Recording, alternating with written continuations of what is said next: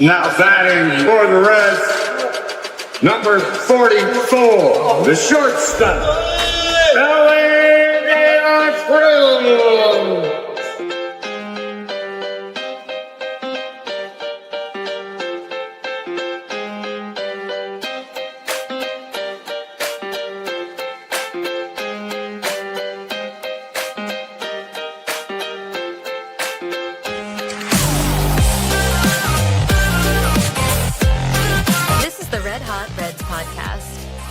Here are your hosts, Ricky Logan and Roger Straz. Welcome to the Red Hot Reds podcast. I am Roger. There's no Ricky tonight. He is not available to stream. But welcome to the Red Hot Reds podcast. It is Sunday at 8 p.m. and we are live. And oh boy, do we have a show for you tonight. The best news on the best day, first day of February. Happy February to everybody. EUGENIO Suarez is back with the Cincinnati Reds, and they got him on a pretty decent deal that we will get into later, but we want to welcome everybody into the show. Thank you for all that support us, that have subscribed, like, comment, all that good stuff to get us out there. Everybody's going crazy in Cincinnati. That I could tell. All the chatter on X, the Everything app, has been very positive. As Gino has infamously quoted, good vibes only, man. Good vibes only. It's been good vibes only today ever since the news dropped about 3 or 4 hours ago. That's where I was coming back to Cincinnati. So we're really thankful for you guys being here. We are a part of the All Gloves Off network. So like, comment, subscribe there as well. We have a bunch of other shows there. Football with Cheese is huge. The Lights Out podcast that happens on Tuesdays at 8 p.m. Every Tuesday is growing as well. Really appreciate it there. All Era Sports with Sirhan. He's got his stuff going. He goes, it seems like, every single day. So shout out to those guys getting it done, getting their content in. We're also really appreciative of our sponsor that we have. It is Battle Bites. FuelYourBattle.com. Use the code AllGlovesOff10 for 10% off your order, and you can get also 10% off your order, but also it goes to a good cause because 10% of their proceeds, of their profits, go to the Wounded Warrior Project. So that's a great cause to support while you're also fueling your battle, getting your beef jerky in. And we really appreciate them as a title sponsor for this show and for all Gloves Off Media. It is a sponsor for all our shows, so really thankful for that. We had other news as well this week for the Reds, but the big one that stole the day, obviously, is EUGENIO Suarez, and we'll definitely get into that. The other news that we had as well going into this weekend is that there were some projections about the Reds' offense being not great. The TJ or Thomas Nesco or TJ Stats on Twitter, I believe, had put the Reds with their weighted WRC plus, weighted runs created plus, at near the bottom of the league. And rightfully so in many different ways, because the Reds have basically, except for today, signing Suarez, we're going to run it back with the same amount of guys, the same guys that they had last year. And expecting a bunch of guys to bounce back and have good years, or, in the case of Sal Stewart, playing a full year as a Red and hopefully, providing some production for the team in 162, as opposed to just the last month of the season in September last year. For the Reds, according to TJ Stats, we're going to have a 91 weighted runs created plus, which puts them right after the Marlins and the White Sox, and just above the Nationals and the Rockies at 28th projected for their offense, which, obviously a lot of Reds fans aren't surprised, I would say, at that type of projection for them. This team has been mostly drafted and developed for pitching, hoping that there are a couple free agents. Obviously, the Jeimer Candelario signing didn't work and is kind of continue to haunt this franchise a bit with that DFA money, that money that's still in the books for this year, I believe, and next year. So that obviously is not great. And then you got a bunch of young guys in their core that some have proved their worth. Ellie, Steer, and maybe that's about it if we're being generous. CES has been a bit disappointing. Noelve Marte, I guess, has been worth his weight this last year, but he just basically crossed over 162 total baseball games in his career. So he's still basically in his infancy as a player, and probably won't be a full-fledged. Well, this year, hopefully this is the year that he goes into it and has that confidence and goes after it and gets maybe 150 plus games in right field and can put together a all-star level season. And that'd be awesome for their offense, which is something that the Reds were kind of banking on in a way, is that they have a bunch of guys that have been struggling, have been hitting below their expectations, and hopefully they'd all kind of put it together this season. That was the plan going into 2026. That's reflected in the 91 weighted runs created plus projected stats, and that's understandable. But now with the signing of Geno, the question becomes, where is their offense now projected? Where are they going to be kind of in that hierarchy of offenses? Do they go above? I feel it's easy to go above the Marlins, the White Sox, and the Guardians, and the Pirates right now. Now they're possibly in the territory of where the Rays, Cardinals, Angels, and Red Sox. Red Sox seem low for their offense, but yeah, maybe they jump up that much with the signing of Suarez, because of the fact that not only is he a big bopper, home run hitting type of bat, but he also can provide protection for Ellie and Noelve and Spencer Steer, which is exactly what we've been kind of clamoring for ever since there was ever any rumors of Kyle Schwarber coming back home. That was kind of the deal, is that can we get any guy that is a threat to go deep at any point, or at least have the ability to go deep and have the ability to threaten the other team with extra base hits. Suarez fills that role a little bit. Will he hit for average? No. Will he strike out a lot? Yes. Is that a concern in Chris Valika's world, in Nick Krall's world? I think so. But the way that the contract is structured, which we'll get into a little bit later, really allows for the Reds to really take advantage of the fact that they got him for what they got him for at $15 million for the first year, and then they have that mutual option for 2027. And if things go south, they can always decline that option and say, "Thank you, Geno.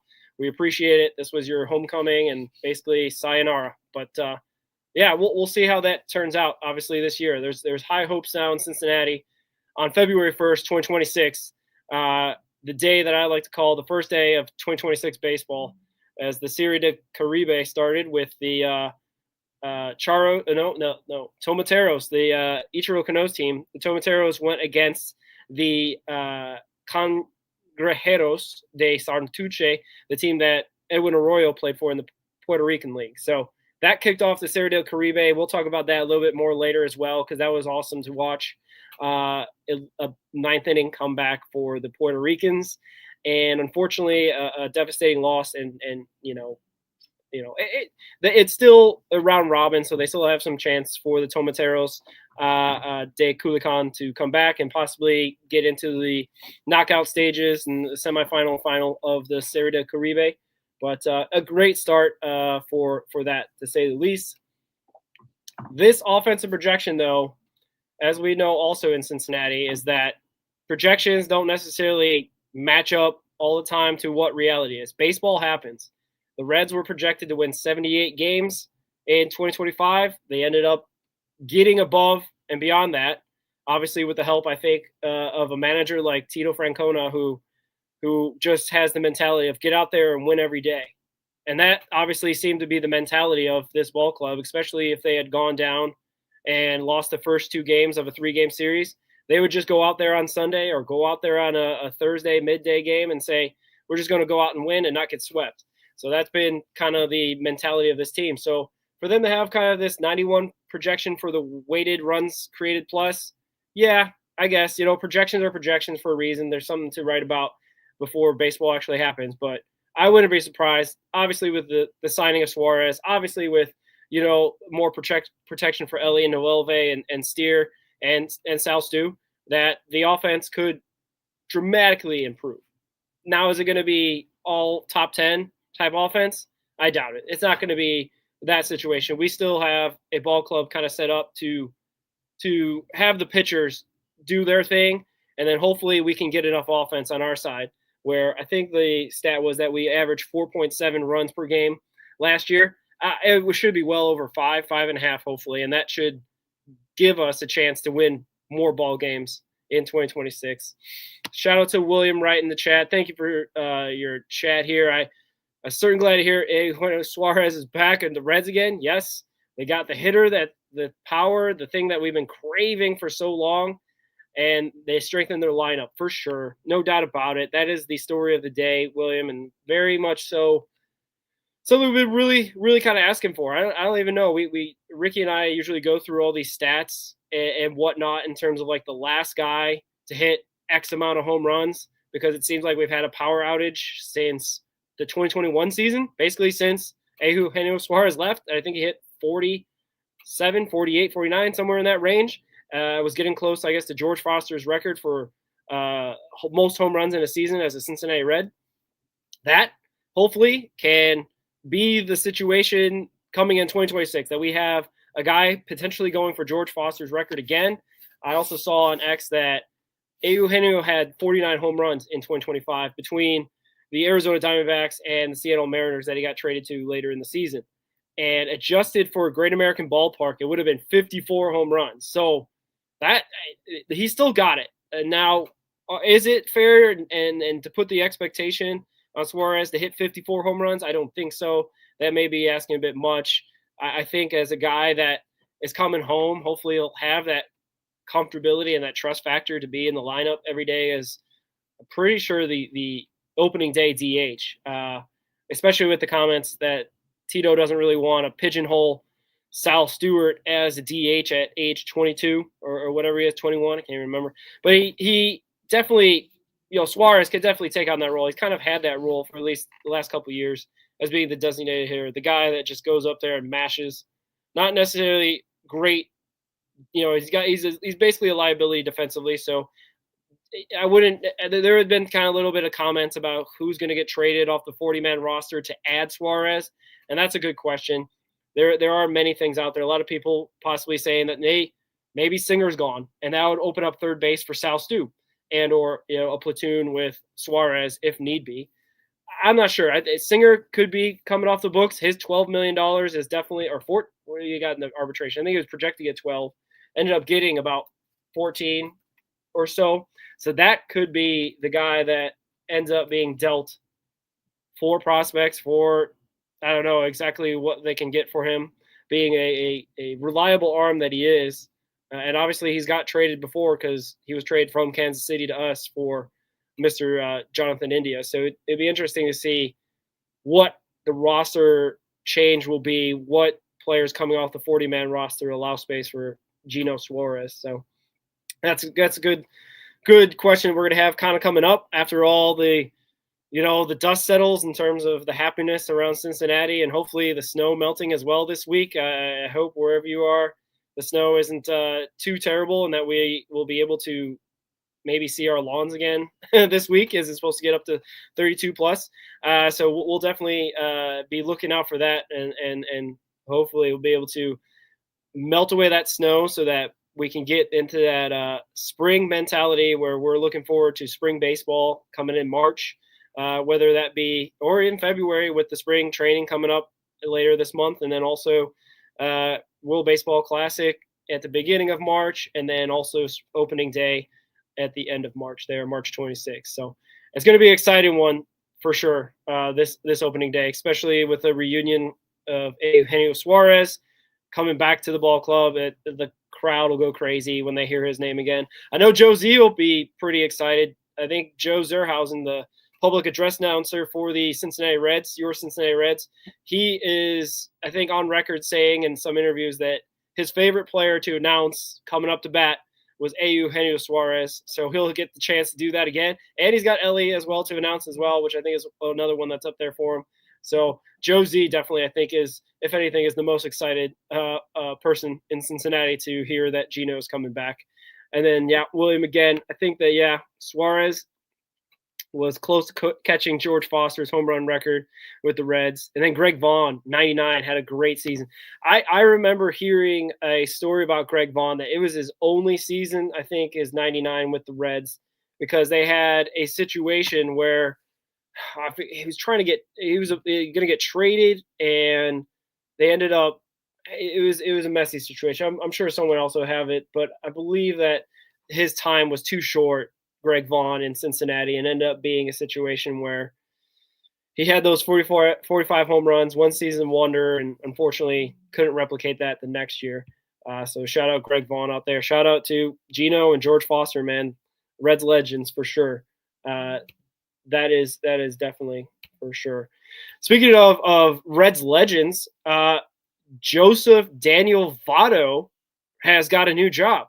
I don't know if you heard the news. This was going to be the big news for our show tonight, and it definitely would have been if the Suarez deal hadn't happened.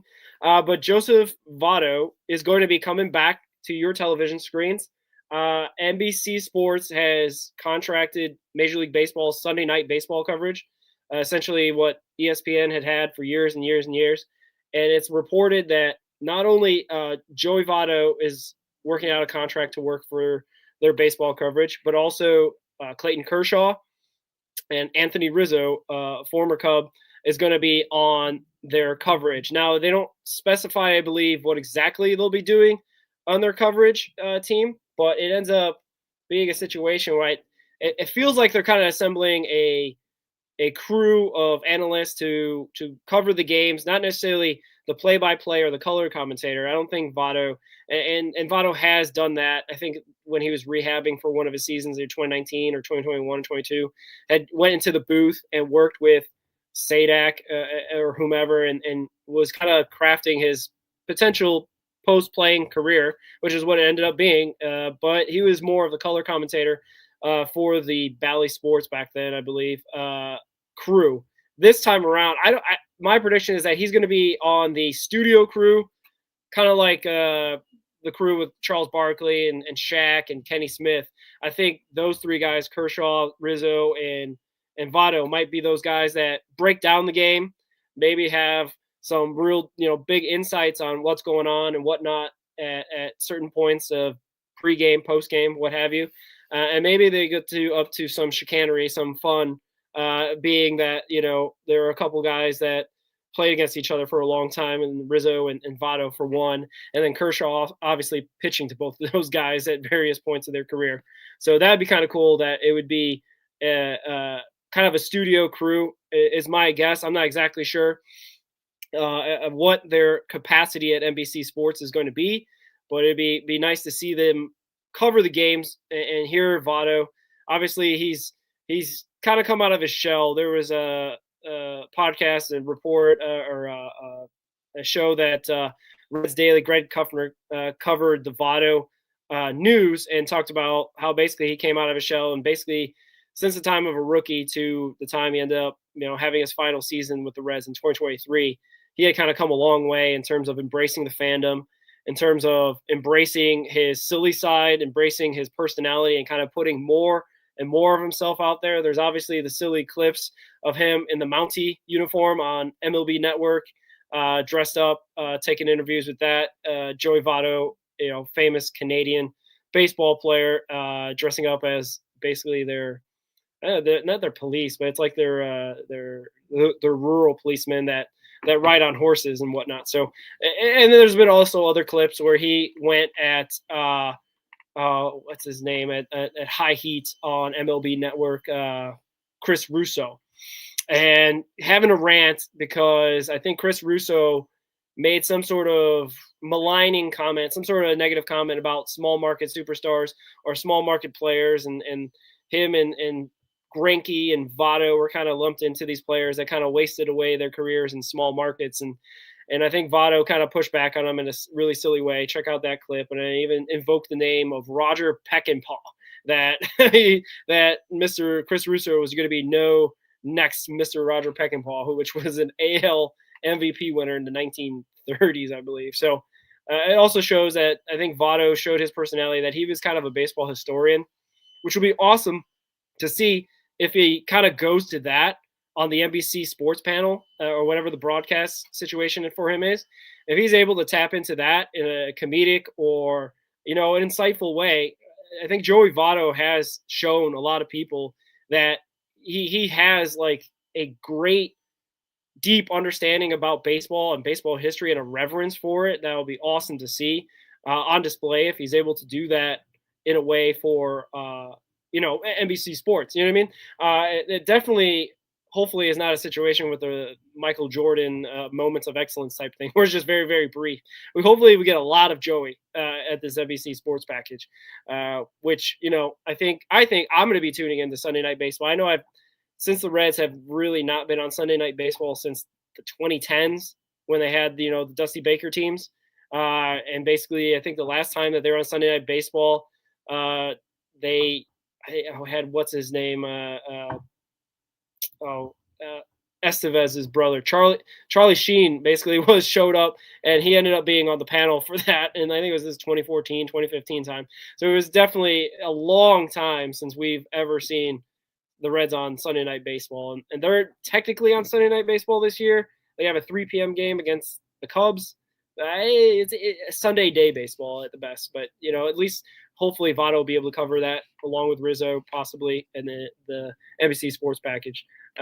William Wright writes it is Sunday night NBC Sports be doing the MLB involving Joey Votto and others on there. If that is certainly be watching more than I did. Yeah, same here, man. Same here.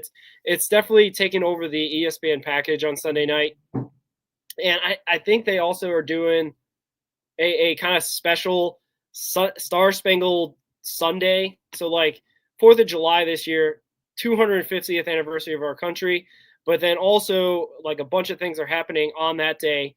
The next day, Sunday, July 5th, I believe NBC is broadcasting every single game on Peacock and or NBC, and the Reds are going to be on one of those games, probably Peacock game on July 5th, Sunday, July 5th. And it's going to be just wall-to-wall coverage, maybe even like a red zone style coverage of Major League Baseball. I'm not sure if they've leaked that information or whatnot. So basically, the Reds were not on.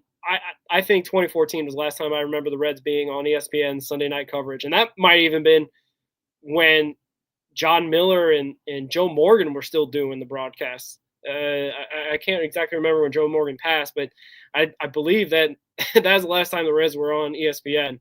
And since then, it's just been Yankees, Red Sox, Dodgers, and everybody kind of knows that situation that ESPN is they're just broadcasting the big market teams, and maybe the Mets are in there as well sometimes or whatever. But I think NBC, hopefully with their new media package for MLB, hopefully that reinvigorates a lot of fans back to watching TV on, like, say, a Sunday night on like a primetime game, even if it's not your team, even if it's not your market that's involved. So that'd be kind of awesome if the newness of it, like how they have come back to NBC on NBA on NBC, like that kind of old nostalgia coming back.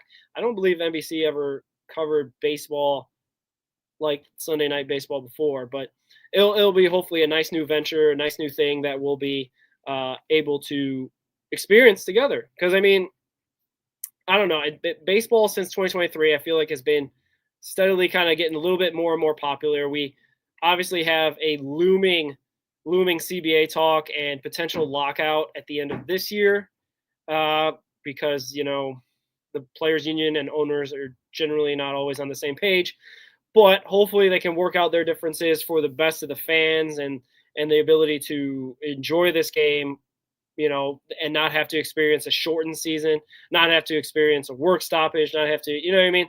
That kind of thing really halts the momentum of baseball, as I think even Ricky and I talked about with regards to the 94 lockout and how that potentially sent the Expos down a path of basically not necessarily having a future in Major League Baseball. And we all know kind of how that story ends if you're familiar with that at all. But if you haven't, check out that Netflix doc. I know no free ads, but Netflix did a really good job with Who Killed the Expos, kind of presenting the facts of the situation, not necessarily trying to tell you who did it, but showing you and being able to have kind of a situation where you get to kind of figure out based on the testimonies, based on the facts of how things occurred.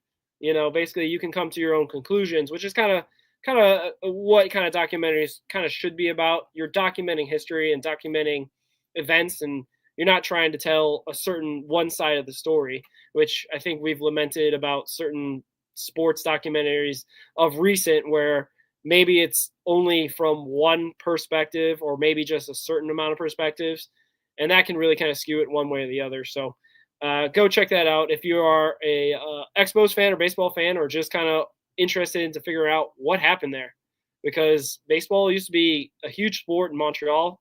They started their team way back in 1967 or 63 or something like that. So it's not like it's a little small fling of a thing that baseball left that city, that part of Canada. And unfortunately, I don't think we'll ever go back. Maybe one day, but here's the thing. The crazy thing about when teams leave a city obviously affects the fan base, affects the economy to some extent.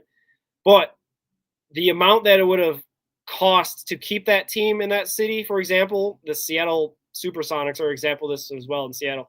The amount that it would take to keep the Supersonics in Seattle way back when in 2008 or whatever it was that happened, as opposed to now if Seattle wants to be an expansion franchise in the NBA, is astronomically different. Like, it's way, way higher nowadays. So yesterday's price ain't today's price in terms of getting a new franchise or reviving your old franchise. So I don't know if Montreal has the money or the backing to do that. I think Los Angeles, obviously, or not Los Angeles, Las Vegas and Nashville and what's some of the other cities there? They might have more possibility of starting a new franchise or having the money to start a new franchise than, say, Montreal, Quebec, Canada.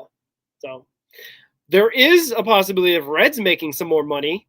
The fact that the Reds signed EUGENIO Suarez might be an indication that the Reds may be getting a new streaming platform lined up, a business deal, to basically get some extra revenue to pay for EUGENIO Suarez. That's at least my kind of tea leaves reading of it, because the whole debacle, the whole situation with Schwarber that happened earlier in this offseason, it was that, he can sell himself, he can get tickets sold and whatnot. Also, they were working on the thought that they would still have a streaming contract, a TV contract for the Reds that would basically pay them money. But that deal with mainstream sports and FanDuel has basically fallen apart, and the Reds haven't officially killed the deal, but because mainstream sports / FanDuel has been very, very terrible about paying their debts, about paying their teams on time, it lends to think, and also the fact that mainstream sports also has now filed for bankruptcy again, it lends to believe that this deal with FanDuel / mainstream sports is probably dead in the water, and that they're going to probably have to go to MLB to basically take over their production, which will be good and bad in terms of, I believe that the production there, it will just be as quality, hopefully not worse than FanDuel, because I know a lot of people had some quibbles about the FanDuel streaming app and platform and whatnot at times.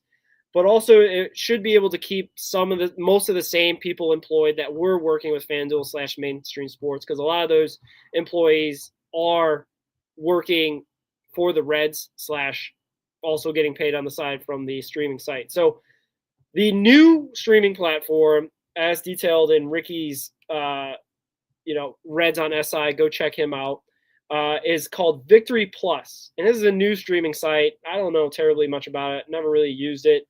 But there had been reports that the shutdown of mainstream sports for their bankruptcy and whatnot has basically kind of had the Reds look out for some different deals that could be potentially out there. And there was a report out there that Victory Plus could be a solution. The Reds are one of the teams looking into this. Not only them, but I believe maybe even the Arizona. Okay. Victory Plus has been pitched as a sales pitch, a short-term solution for them, and it's got some modest fee rights, I guess, and minimum guarantees of revenue sharing. The Dallas Stars and Anaheim Ducks use it currently, and the Texas Rangers. I was thinking the Texas Rangers use Victory, or are going to be using Victory Plus going into 2026. So it may be modest revenue, but it may be possibly enough for the Reds to afford Mr. EUGENIO SUAREZ, the $15 million. So we'll have to wait and see. I believe last year at this time it was in the same situation for the Reds, where they were prepared for MLB to take over their production of the television coverage, and then at the last moment, mainstream sports and FanDuel picked up the Reds, and they ended up getting some extra revenue from that TV contract going into 2025. But as we've noted, and a lot of people have noted, they're very unreliable with their payments to the teams, as Williams pointing out here as well, that like Padres, D-backs, Rockies are already taken over by MLB. I believe, like the D-backs had FanDuel and they missed payments and everything. So it's just a mess.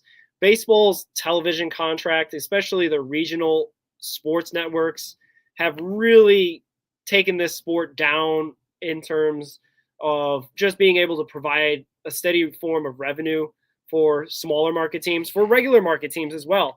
I mean, the only real, markets that succeed on their television contracts, unfortunately, again, are the big markets, where you got Spectrum Sports out there in Los Angeles, the Yes Network in New York.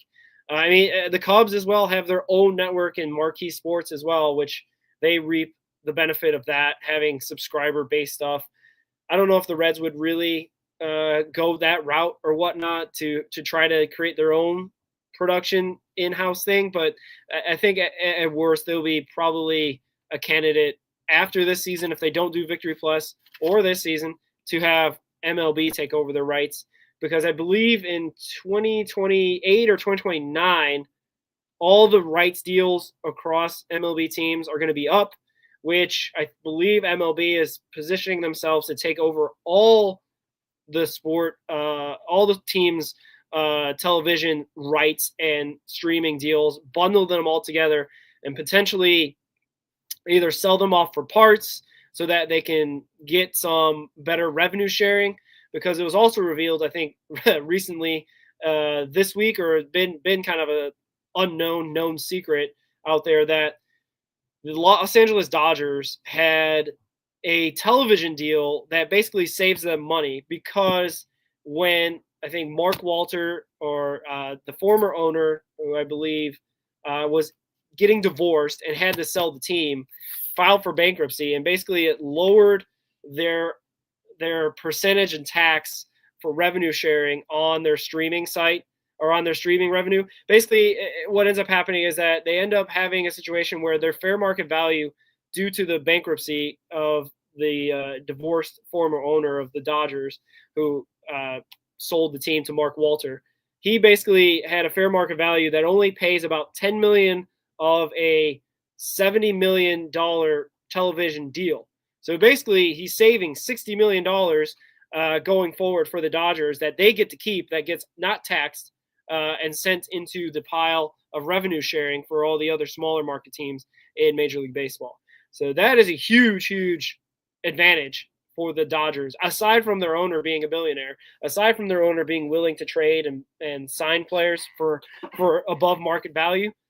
It definitely is something that Major League Baseball need to look into and kind of fix, because if all 70 million of Spectrum's revenue going toward the Dodgers is taxed appropriately, then there's a lot more revenue sharing from the Dodgers to the other smaller markets in Major League Baseball. It's a bit unfair to allow a big market team that already has a lot of ability to spend, to allow save a lot of their money on a TV deal that, I mean, it's essentially unfair if you really think about it, especially from a perspective of a Cincinnati Reds fan, and probably if you ask any other type of, GM or president of baseball operations, what they think about the Dodgers television contract deal, and deal emphasis, they probably would say the same thing, that it's a bit unfair and allows for a huge advantage for the Dodgers to save all that money that isn't revenue shared. So neither here nor there. The Reds are potentially in talks with Victory Plus. Not necessarily sure how their service works. Like I said, the Rangers had they have now actually posted the Victory Plus amount of subscriber fees. It does say that it ends the blackout for local viewers, so that's a positive thing, I think, for Reds fans, because there's a lot of Reds fans in all parts of Reds country. I think even our friend Tommy Bennett, who lives in North Carolina, gets blacked out from MLB because he's technically in the Reds, Reds map of television. But they have put out here that the service would be $100. I'm not that for the whole season, the 2025 season, and projected to be about $140 for the 2026 season. That sounds like a decent amount of money. $19.99 a month, I believe, is usually the projection for MLB TV streaming, but that does include blackouts, I believe. So if you really extrapolate that out, 6 months of baseball, that's about $120. So it's about in that range. So it's fair for, I think, consumers of the Reds baseball. If they're not getting blacked out and they can pay only about $140, I think a lot of fans would be maybe not completely happy because they have to go to a different site and subscribe to another one and get a password and all that junk. As we all have a million passwords that we have to remember for every single account that we have. That may be the most annoying part of it. But if it's moderately priced like that, like the Rangers, then I think we can possibly have a decent deal. And if it provides revenue for this baseball team, let's have it. Because it's definitely a situation that the Reds they've not even hinted at. They've directly said that having basically not a television deal in place or a lucrative television deal in place, it makes it harder for them to buy and sign agents or free agents and basically have more money to deal with to sign players. So it's kind of interesting. We'll see how that plays out. Like I said, check out Ricky's work on Reds on SI. He's out there writing about all this kind of stuff. I'm sure he's busy right now writing about the Suarez stuff because right now we're getting to the meat of our show. Really appreciate you guys all out there watching. But like EUGENIO Suarez has, I think, gotten a bunch of people back on track for the Cincinnati Reds. Locked On, Chatterbox, everybody's posting about this stuff. Everybody's getting their podcasts in and whatnot. I wanted to get on and obviously talk about this. Unfortunately, we'll have to talk to Ricky on a later show, get his thoughts on this because it's definitely something that the Reds have been clamoring for. It's definitely something that the Reds had thought would be Reds fans thought would be a pipe dream to bring back Suarez because at the time when the offseason free agency started, I think he was projected to go with a 3-year deal for about $75 million. Annual average value of $25 million a year. And obviously the Reds, with their tight budget and their many reasons for not being able to afford different players, it seemed like a tall task to pay that much money. But I think what ended up happening a lot with this is that you go around and you see that a bunch of the other names like Bellinger, like Schwarber, like all the other free agents that ended up signing this offseason, once they start coming off the board, I feel like the asking price for Suarez ends up coming more and more down. He is entering his, I believe, age 34 season. So he's not a young buck anymore, and that's nothing against that. I mean, obviously, last year he just hit 49 home runs and 118 RBIs. So the guy can clearly still play. He'll definitely be a threat on the base when he's up to the plate. And if he's got runners on ahead of him, like TJ Friedel, like Marte, like Ellie, that just makes it that much more dangerous because those guys will be able to, they'll be able to provide some offense for this team more than kind of what we've been expecting of the last couple seasons with the Reds. It's been really, really, really, tough to watch at times. But neither here nor there. Suarez signs for 1 year, $15 million, but a mutual option in 2027, which I think this is possibly the best deal possible for the Reds in terms of just being able to have the option if he does well. Hey, easy pickup on that option. Suarez, we will gladly welcome you back in 2027 if he performs the way he did in 2025, for sure. If 2026 goes south, it's not great. Okay, he's about the same amount of money that we're paying for Jeimer Candelario, and at least Jeimer Candelario's situation, he was just god awful, and he wasn't even providing any power. So it really, speaking of Candelario, I kind of wish that was kind of the deal for his 3-year deal, $45 million, that ended up being annual average value of $15 million a year. If we could have go back in time and reset that situation in terms of signing Candelario to a deal that maybe had some club options / mutual options in there, I think it saved the Reds fans a lot of headache and would possibly have them feel a little bit less upset about the Candelario situation not working out. And I think hopefully, I'm not hoping for that, but hopefully we get into a situation where 2026 Suarez does his thing and this team is building toward the future, building toward where we're getting toward the prime of Ellie, McLean, and Steer, and just getting closer and closer to the prime of Suarez, of Stewart, and getting in some guys, maybe Arroyo makes his debut this year, maybe Hector Rodriguez makes his debut this year, maybe Leo Balcazar. There's lots of possibilities where this team can be building and building, not just maybe just to win a playoff series of 2 in 2026, but maybe being legitimate World Series contenders in 2027, 2028, the more or less prime of Elly De La Cruz, and coming to the last couple of years of his arbitration, which will be a whole podcast onto itself in terms of trying to figure out what the Reds are going to do there. But more than anything, the news has been super positive for Suarez. I did converse with some of our fans of the show that it feels like the Reds overpaid potentially for a Eugenio Suarez, who was, projected possibly, I think Fred said back and forth when we were talking, he was projecting him at 10 to 12 million a year for that first year, or possibly that mutual option year. 15 million, if we're overpaying, that's, I think, at least worth the gamble. If that 15 million ends up being a situation where he hits 220 with 30 home runs and 100 RBIs, I think that's well worth the money. And he plays 150, 145 games, well worth the money. Now, the question also becomes, I guess, with this deal that we have to think about is, Suarez is going to be probably the full-time DH. There isn't a situation where I think he can be playing out there at third base with Elly De La Cruz as well on that left side of the infield, with Elly's struggles at times fielding the ball. Ke'Bryan Hayes is kind of the insurance policy there for defense, and his offense obviously is something that will be heavily criticized if he does not come out the gate, and he could be a trade candidate. I think I mentioned at the beginning of the show that which guy is going to be moved off the 40-man to make room for Eugenio Suarez. Well, it could be a Ke'Bryan Hayes trade. It could be a Brady Singer trade.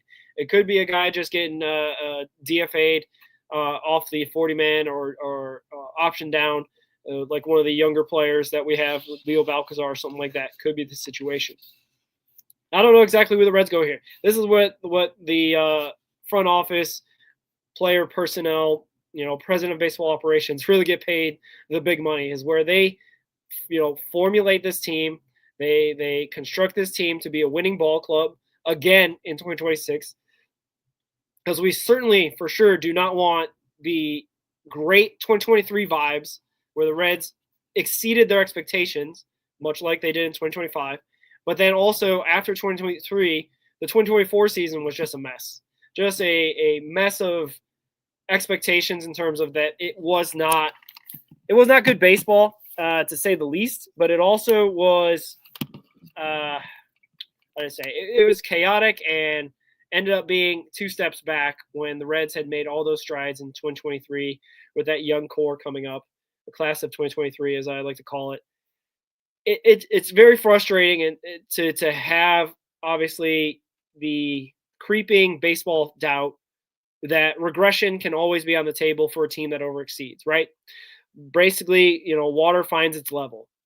Well, with the addition of Eugenio Suarez to a already playoff team that is exceeding expectation but has room to grow, room to mature, room to get better, this, I think, hopefully quiets the regression talk.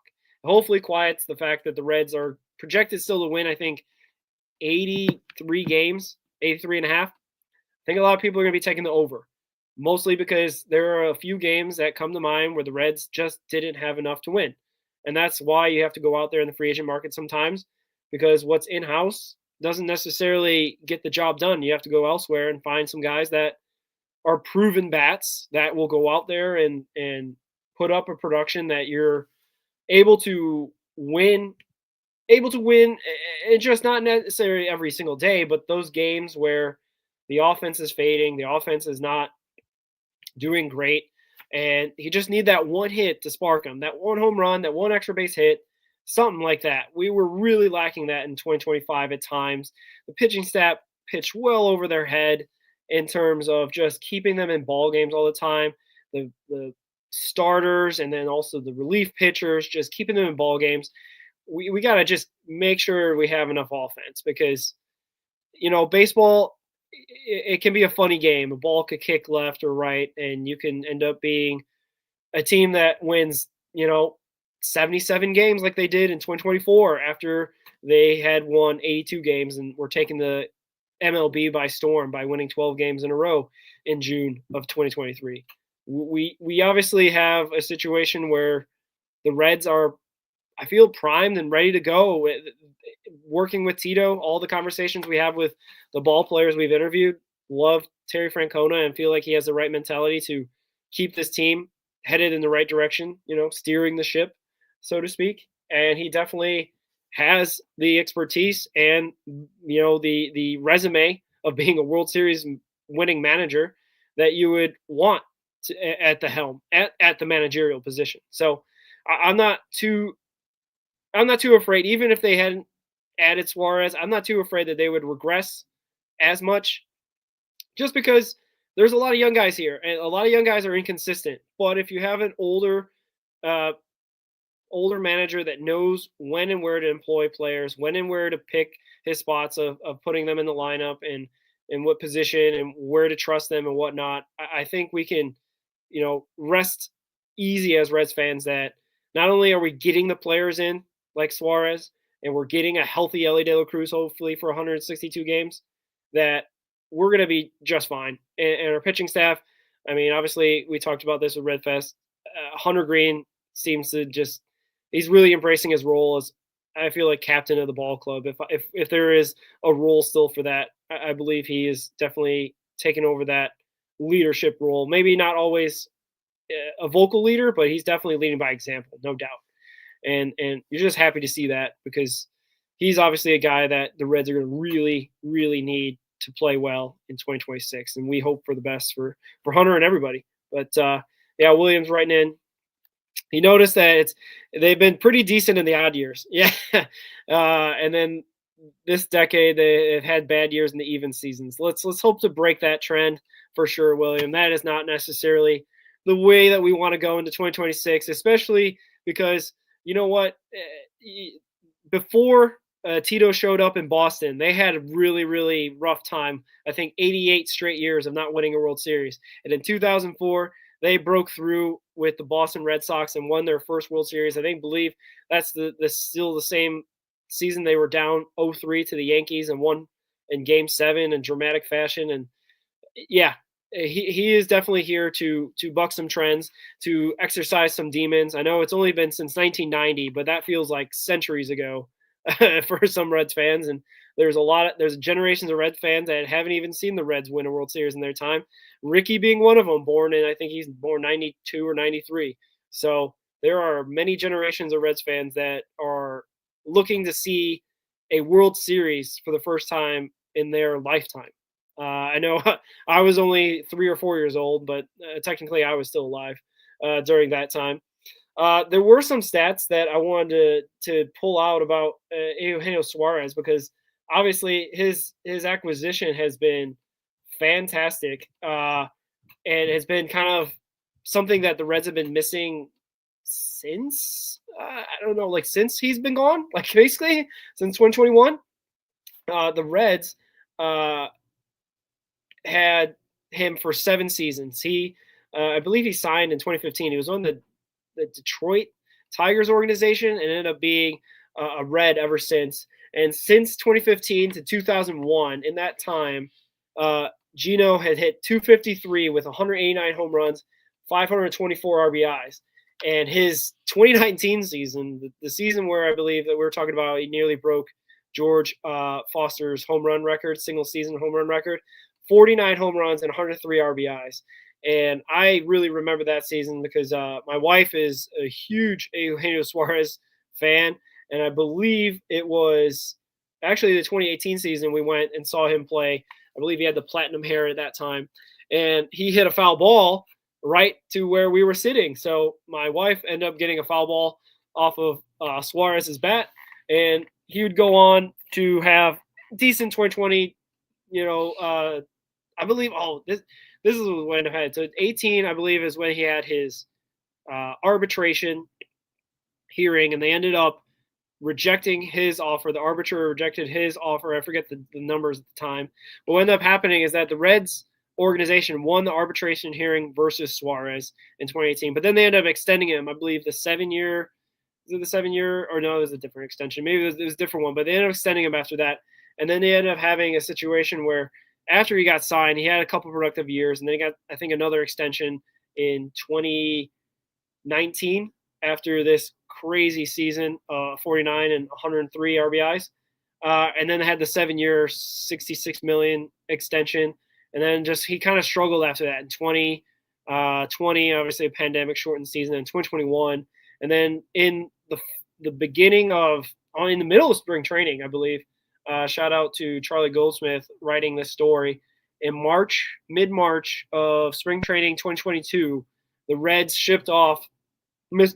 Eugenio Suarez and Jesse Winker to Seattle. I believe that's the Jake Fraley trade and Connor Phillips and Brandon Williamson, I want to say. And they end up basically just having right in the middle of spring training. Everyone's kind of gearing up for the season. The feelings are good because everyone's excited and getting back together and whatnot. And then having a trade in the middle of that, it's got to be a real hit to the gut as a baseball fan, for one, and also as a baseball club, because you're missing two pretty big players that are going to possibly be a big part of the 2022 season. But there it is. They end up doing the trade. The Reds were a bit of a rebuilding mode, unfortunately, because they kind of went a little bit all in 2020, I guess you can say, in that shortened season, made the playoffs, didn't score a run, but neither here nor there. They tried, you can say. But then in 2022, they blew it up a bit. And the funny thing is that when Gino Suarez was headed out the door saying bye to all his teammates, he said, "Good vibes only. Good vibes only." And that has been kind of echoing around everywhere. Everyone's kind of been saying good vibes only. I know Jeff Carr, a Lockdown Red, shout out to him. He had been putting out there good vibes only. So the good vibes are back in Cincinnati, and we're glad to have Suarez back, even though it's been a while. It's been 4 long seasons without him since that 2022 trade. But he's back. I believe there's also a report out there that his daughters were kind of asking around, or asking him and maybe his wife, when's the next time we're going to Cincinnati? When are we going back to Cincinnati? And I guess maybe that could have led Suarez to make ultimately his decision, because I guess he was choosing between the Pirates and us. So I want to say he would never really go back to the Pirates. I don't know exactly how much money it would take for him to play for the Pittsburgh Pirates, but I would hope he would think it through a little bit harder there and be able to say that, like, Cincinnati, with their young core, he could be that veteran voice, that veteran bat that can hopefully get us 3, 4, 5, 6 wins that we desperately need to compete for the division and maybe get to that 90-win territory that I think is necessary. We talk about this with Ricky a lot in terms of, like, the Reds are in a tough division. The Cubs have rebuilt. They've gotten a bunch of guys. They got Bregman. They got rid of Kyle Tucker, which, in my opinion, he's pretty overrated. Obviously, he's going to be pretty good in the Dodgers, but that's because he's got all this help around him. He barely played enough games to qualify for a lot of stats last season. I think like 90-something games. So he's often injured, not necessarily a superstar, but the Reds have to compete with the Cubs and the Brewers, who have routinely been able to cycle guys in and out like a Freddie Peralta.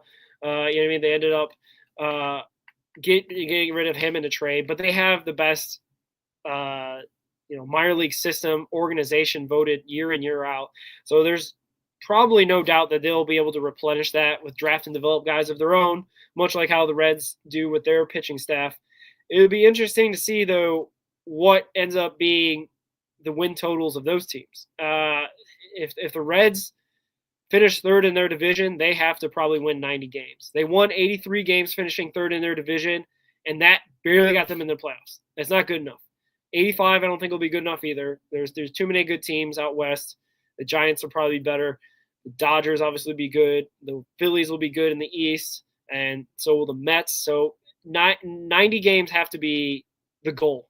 And that makes you a legitimate team as well. When you get to that number, I think that really kind of solidifies you as a team to be reckoned with in baseball, because you're winning more times than not. You're about almost 30 games over. That's a legitimate baseball team, as opposed to 83 and 79. That's not going to work. You got to get that 90 or 20 games over. You got to get that 90 and 70 record around there, and be able to basically put together a whole season that you're consistently not having any of those drop-offs like they did in August. You know what I mean? And that's kind of a thing that Tito's been really good with, and kind of eliminating the peaks and valleys, as Ricky would say, as Krall would say. So I don't have really too much.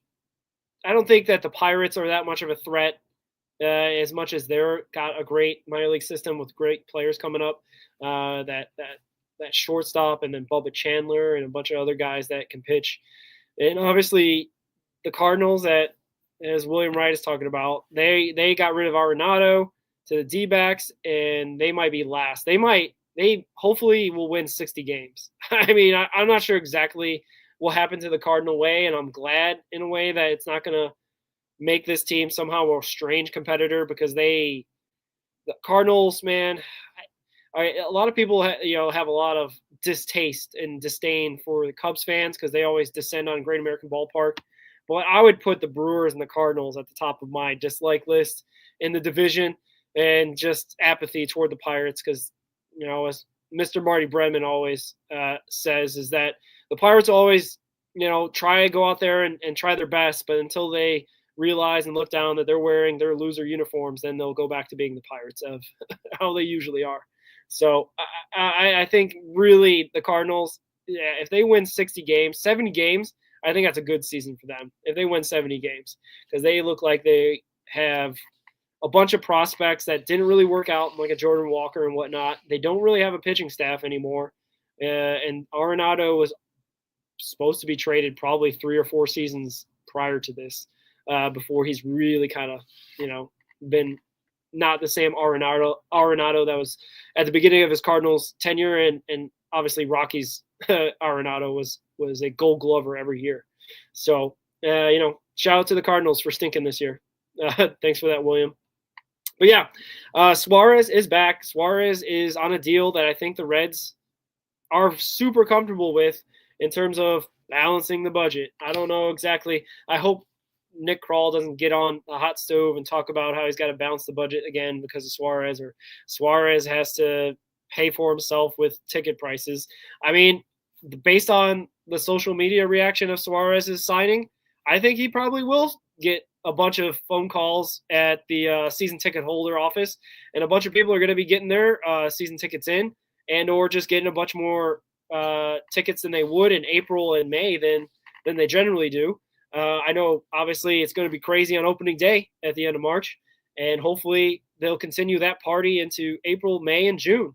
That would be completely exactly how the front office hopefully is going to write this script, is to have a hot Reds team going into the month of June, because that's obviously their favorite month to get hot.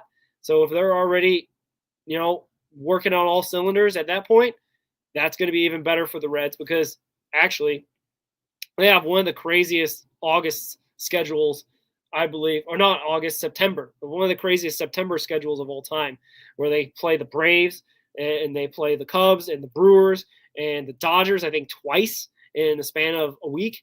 And then they also finished off the season with a World Series runner-up, Toronto Blue Jays. So the Reds better clinch, or really close to clinching a playoff spot by the time that Labor Day rolls around, because they're going to have to earn it in September of 2025. it is a gauntlet. And it's crazy because the worst team out of the bunch that I mentioned was the Atlanta Braves, and they're getting back their superstars in Acuna and Spencer Strider. So watch out. That's going to be a heck of a month to come down the stretch, and hopefully the Reds will be positioned well in whatever position, third, second, or first in division, whatever it ends up being. We'll have to earn it in 2026 for sure. But yeah, Suarez is back. Shout out to that. We're going to probably talk about that in shows to come because there's going to probably be more reporting on what ended up happening and how he ended up signing with the Reds. But we are obviously excited here. At Red Hot Reds, we're going to get back our old favorite, Eugenio Suarez. And we're going to be excited to cover this team going into February and March because I don't know if you know this, guys. In 20 days, the Reds play a spring training game in their first action of 2026. So it'll be awesome to see Suarez out there in the old number 7, although I think Spencer Steer's got 7. That'll be, I guess, the next bit of news that we'll find out is what number Suarez is going to wear, because maybe Spencer Steer gives up his number 7 for Suarez. Maybe he doesn't. We'll see. That'll be interesting to do. I know a lot of guys in other teams, they'll buy a guy a car or they'll pay him a bunch of money, or maybe he'll take him out to dinner to a really fancy restaurant to get his number back or something like that. I know that Suarez makes a little bit more money than Spencer Steer, so maybe he'll treat him a little bit to get that number back. But yeah, moving on to the next topic, we had some small, quick topics that a bit tired topics, to be honest with you. There was a rage bait, click bait post on one of these X accounts. I don't think I would like the name, but they listed out their 10 most overrated baseball players, I think of all time, I believe, because they had some old timers on there. And unfortunately, the Reds landed 2 guys in that list. Elly De La Cruz, unfortunately, caught a stray with being one of the more overrated baseball players in this top 10 list. And also Pete Rose. So I'm not sure exactly the logic on that in terms of what they mean by overrated, because he obviously, he's obviously one of the best baseball players that have ever played in terms of hitting. But in terms of, I guess, winning, maybe he played 20 plus seasons, and I think he only won the one time. And I don't even think he won with the 75 team. Anyway, the list also has a bunch of names that a lot of people would probably and then the guy also booted on the list by writing at number 10 right in a player. I think if you're really being serious about putting a list together, I don't know if you should put in a fill in the blank. But that's just me there. Number 1, he's got Mark McGwire. Number 2, Don Sutton. Number 3, Jack Morris. Number 4, David Ortiz. Number 5, Derek Jeter. Number 6, Pete Rose. Number 7, Nolan Ryan, which is ridiculous. 8, Elly De La Cruz, which is also ridiculous. And then also 9, Fernando Tatis Jr. The thing about Elly and Fernando is that their careers aren't done, so we can't really properly evaluate them. If both of them obviously stop playing baseball today, maybe there's like this, they never reached their potential type of thing, overratedness, but that's not necessarily going to be the case because both of these guys have long, like at least 8, 9, 10 more years of baseball left in them, I would say. So it's kind of really rough to kind of overrate these guys. And my contention is you're overrated only as much as that you're paid. If you're in a situation where you're Elly De La Cruz and you're making $800,000 a year and you're putting up the best WAR numbers, the best weighted runs created plus for your whole franchise, that can't be overrated. If anything, this is a guy that's overperforming what he's being paid and will be compensated on the back end when he gets his big extension from whomever. Probably not Cincinnati, unfortunately, but he will be possibly overrated at that point if he's making $70 million a year, a la Ohtani, or if he's got a 15-year deal of 800 plus, like a Soto. And then if he's not matching those numbers, if he's not one of the best players in baseball, if he's not necessarily living up to the expectations defensively, then you could call him overrated. But right now, he's a burgeoning star who's figuring out the game, obviously not as fast as some fans would like, but he's figuring it out slowly but surely. And when he becomes his peak self, he will be a player to be reckoned with. Will that happen? Hopefully in a Cincinnati Reds uniform. Hopefully, yes. If that happens in a different uniform, hopefully not in our division. Hopefully not in the Dodgers uniform where he can be seen playing against the Reds potentially in a playoff series. That being said, I don't agree with obviously that as well. Pete Rose, crazy take. Not necessarily the greatest human being, but there's no way you can say he doesn't deserve to be in the Hall of Fame based on baseball merit. And obviously that's a black eye that really kind of taints the Hall of Fame in baseball a lot, this morality clause and whatnot. And honestly, it's kind of refreshing that this week had news that, guess what? MLB isn't the worst Hall of Fame in terms of having this morality kind of feel to it. Seems like the NFL Hall of Fame voting committees have the same type of deal where if they feel like a Bill Belichick kind of cheated and didn't necessarily deserve all the accolades that he ended up getting as the most lauded, most winningest coach, Super Bowl winningest coach, I guess that's not good enough to be a first ballot Hall of Famer.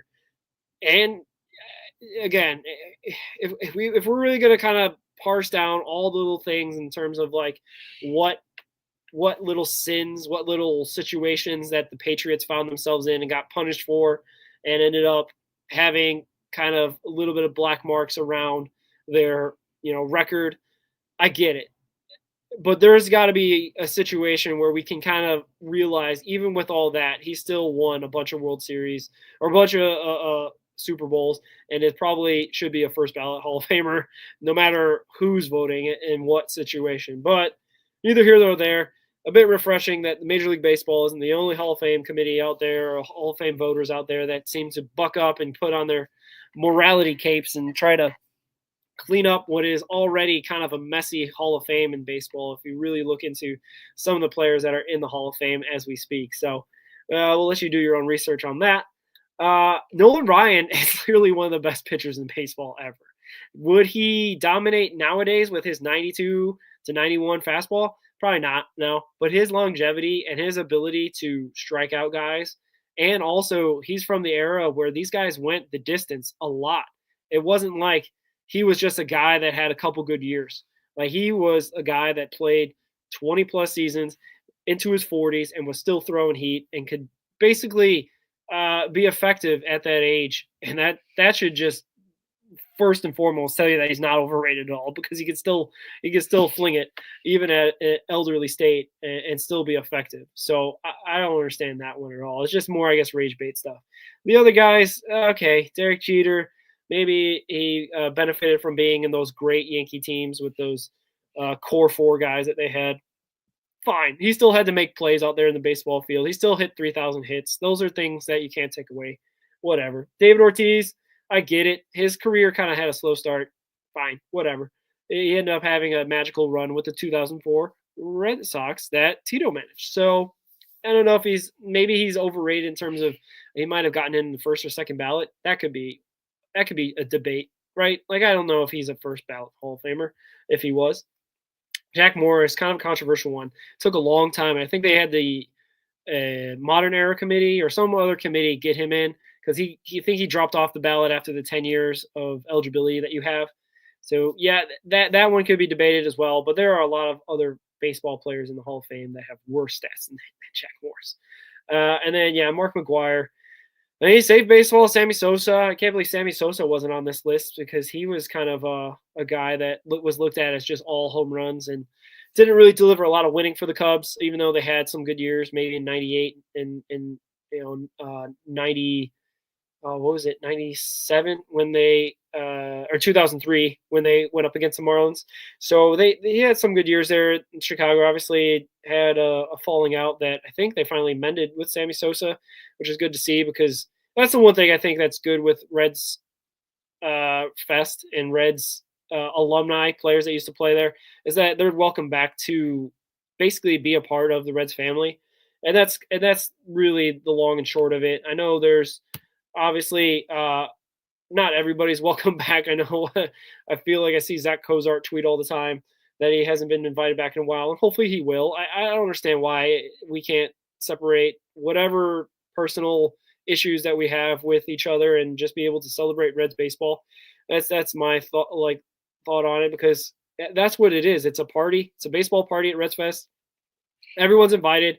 It's great for kids. It's great for the old timers and the young people and everyone in between. You should be able to enjoy Reds baseball one way or the other. There shouldn't be any bar of entry that anyone or not invited back. You know what I mean? I really think that especially the success that they had this year, there's no doubt that they need to bring it back again in January or thereabouts. I don't know exactly what you do with the Reds Caravan now, but they definitely need to bring Reds Fest back, and that weekend will reinvigorate everyone's passion for a long historical ball club that is hungry for some more winning. So shout out to Reds Fest and all that. Ricky wrote an article on his guy, Austin Hendrick, because there's been kind of some notion that, and we kind of talked about it a little bit on the show, that it's got to be kind of a make it or break it year for him. He's got to really show out. He's at Chattanooga AA. He'll probably start there again, I believe. But really, he could, if he really puts it together with, a possible Hector Rodriguez moving up, Jay Allen possibly in that mix as well in Chattanooga. If he proves out that he could be a reliable player and be able to build on the success that he had late in 2025, I mean, I think the Reds would love to have another left-handing hitting outfielder to deploy in there as a platoon, or to have him out there to see what he's got. He definitely is still on the younger end. He's only 24. And I know we've got a Reese Hines, and we got a Benson situation and a Blake Dunn, kind of ahead of them in the depth chart. But, this is why you got to play the game, is to see where these guys all stack up at the end. And hopefully he will have he saw career high averages in batting average and slugging, and his best OPS since his debut season in 2021. So he seems to be on the right path, and he seems to be on his way where he's hopefully building on those successes and building on all those things that hopefully will make him that much better as a baseball player going into AAA Louisville and continuous success there. So I don't know. Shout out to Austin Hendrick. We'll be obviously covering him extension, still a pro Austin show. And also we'll be covering all sorts of other minor leaguers. Hopefully maybe we even get to see Austin out there in Arizona, as Ricky and I are planning on being out there in Arizona to cover the preseason or the spring training games and try to hook up with some of the guys that we talked to in the past and be able to share some content with you, some interviews. I think we've got a bunch of guys that really enjoy this show and the Instagram, so we'll try to make sure that we cross paths and get with you guys on that. And we also have a big week coming up with a couple interviews, so be on the lookout for that. Ricky and I will be talking to some guys and getting that interview stuff out to you this week as we gear up to pitchers and catchers reporting on Monday, February 9th. It's about 8 days from now, which is, man, I envy them being out there in Arizona, where I believe they have 0 inches of snow. So shout out to Mike Ballantyne for always saying he can't shovel sunshine. So basically, out here in Cincinnati and many other parts of the Midwest and East, we have been shoveling snow for too long, and I'm ready for some warm weather, at least thinking about warm weather out there in Arizona, and seeing the guys out there with their first spring training workout and game coming up in less than 20 days. So we will get that content out to you guys out there in Goodyear, Arizona. So we'll be hopefully meeting up with Mike, who lives out there in Buckeye, and we'll be able to check out the guys and be able to report back to you some good news and get some interviews and pictures and whatnot of some Reds org players. So look forward to that. Winter ball update. It's been interesting. It's kind of wrapping up right at the right time, obviously. Escogido, which is where Hector Rodriguez plays, won the Dominican Winter League, and he ended up scoring the winning run and the only run, 1-0 win in Game 5 of their finals. So shout out to Hector. With Escogido winning the Winter Dominican League, they get to play in the Serie del Caribe, and I'll be talking about that in a little bit because I was watching that game today. Unfortunately, I think because Hector is a valued player on this Red org, and he is on the 40-man roster as we speak, he won't be participating in the Serie del Caribe for Escogido, but he'll be reporting early for Arizona spring training camp, which would be awesome. Hopefully get to see him out there and be able to perform and play well this spring. But his team will go on without him. I think they're playing right now, I believe, against Billy Hamilton's Charros, and his team won the Mexican Pacific League against Ichiro Kano's Tomateros de Culiacan. Tomateros played earlier today, as I alluded to, against the Puerto Rican team, Cangrejeros, which are crabs, I believe, in English. So what ended up happening is that Ichiro Kano's team was up most of the game. They went up 4-0. The Puerto Rican team, Cangrejeros, Edwin Arroyo's team, which he's not playing for as well because he's reporting stateside as well for them. He only played 16 games with them anyway. A really brief stint there in like December and January. Not necessarily a long stint with him there, but they are the best team out there in Puerto Rico.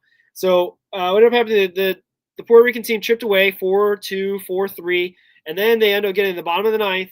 They got a couple runners on, and what ended up happening was the big hit down the left field line, down the line, scored 2 runs. They ended up winning the game 5-4 against Ichiro Kano's team. Unfortunately, he didn't play. I was hoping to catch him in some action for his Tomateros in this Serie del Caribe. Hopefully he'll play tomorrow. I'd like to see him get some at-bats, especially before he ends up going, hopefully, stateside to report to camp for the Reds, or at least getting his work in before spring training officially gets going. We will keep you updated on that. If Ichiro Kano does get some at-bats and get some looks out there, hopefully he gets maybe even a start out there at second base or third base where he's been playing a lot.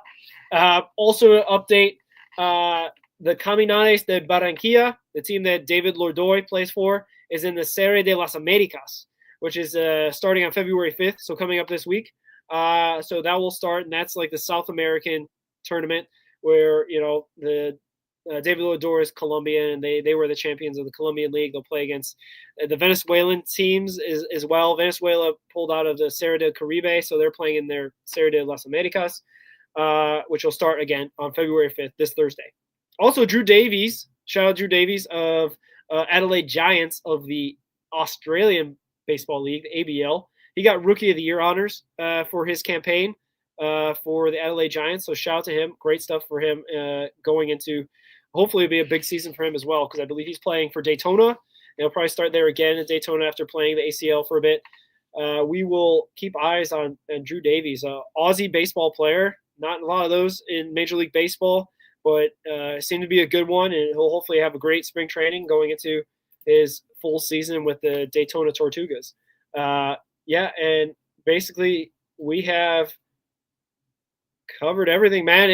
It's kind of tough talking to yourself. I told Ricky that I'm not terribly comfortable just talking for myself on this podcast, because it feels like I'm just screaming into the void, and I'm sure my wife is thinking I'm some sort of weird, just kind of sitting up here just talking to you all. But I felt like we needed to get this podcast out there. Obviously, everyone else out there is jumping for joy that we signed EUGENIO SUAREZ, and we're able to get a big bat in the lineup to protect some of these younger players that don't necessarily have the pedigree, the resume that EUGENIO SUAREZ has. So it is good to see that overall.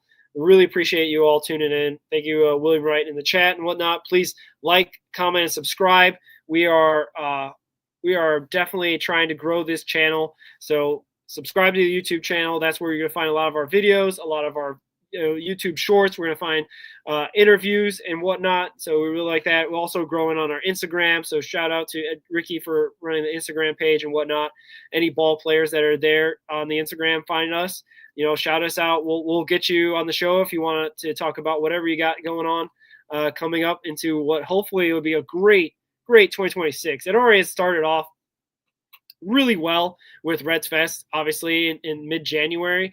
And then, like I had put out there on X, today is the first day of real baseball for me, with the Serie del Caribe starting on February 1st. And now combine that with EUGENIO SUAREZ coming home. It can't get any better than that. Reds fans, make sure that you guys, comment, like, subscribe, and all our stuff. Also on All Gloves Off, like, comment, subscribe on there too. We really appreciate you all for basically helping us out, doing your thing. We are trying to grow this, and we're going into our second full season of baseball. We're gonna try to get you what we can out of here. Spring training is just a couple days or a week away. First spring training game is about 20 days away. And before you know it, we'll be in the World Baseball Classic mode. We'll be into opening day mode. We're going to preview a bunch of the minor league teams because we like to take that bent where we're really getting into going top to bottom with this organization, all the way down the Dominican Summer League guys, man, because there are a bunch of guys there. They're working their tail off trying to get stateside to play for Reds affiliates and make this Major League Ball club. And we're really we really admire those guys for what they do and how hard they work to play baseball. You know what I mean? Especially some guys are where they come from and their background. So really shout out those guys as well. I'll get out of your hair, let you enjoy the rest of your night, because all you got to do is just go on to X, go on to other social media, and look out all the Gino memes. He's got the one with the heart everyone's putting out there. He's got the one where he's just, one of the guys that brings a smile to your face, I guess, is what I'll end with. He's definitely a guy that, even though that things might not have gone well, where he got traded in March of 2022, he still said, good vibes only, man. And then hopefully, maybe, I'll be able to come back. Well, the prodigal son has returned, and we are back, baby. Cincinnati Reds are back. I can't wait for this season. I can't wait for everyone to, join us on this journey. We really appreciate everybody that has helped us out through the time. Shout out All Gloves Off. Shout out all the guys there. Shout out to Jordan and Doug for their stuff as well. So before anything, though, guys, really appreciate it. Have a good night, and go Reds.